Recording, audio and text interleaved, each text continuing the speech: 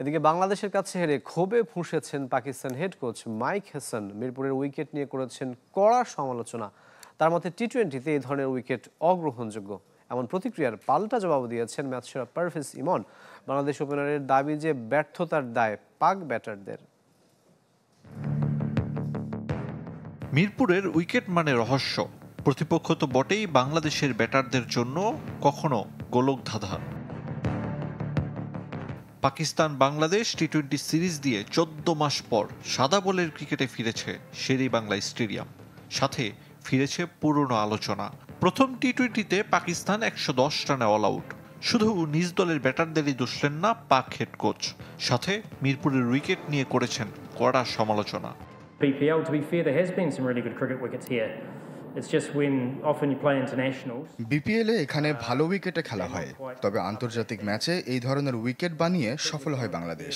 এমন উইকেট টি-20-র জন্য আদর্শ হতে পারে না। দলগুলো এশিয়া কাপ ও বিশ্বকাপের জন্য প্রস্তুতি নিচ্ছে।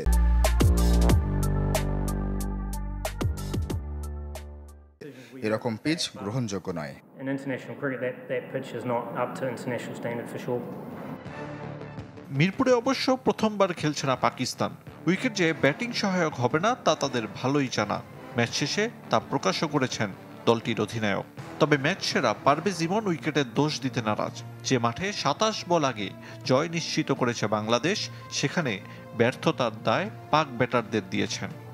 আমরা যদি 20 ওভারও খেলতাম তাহলে 160 এখানে করতে পারতাম। সো আমার থেকে মনে হয়নি যে এটা ওইরকম হইতে পারে, যে ওরা অ্যাডজাস্ট করতে পারেনি। সো আমরা অ্যাডজাস্ট করার চেষ্টা করছি এখানে।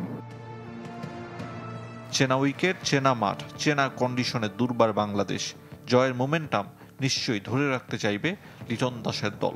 আর অপ্রতিরোধ্য টাইগারদের চাইতেও পাকিস্তানের বড় প্রতিপক্ষ এখন মিরপুরের 22 গজ। আরিফুল ইসলাম, চ্যানেল 24, ঢাকা।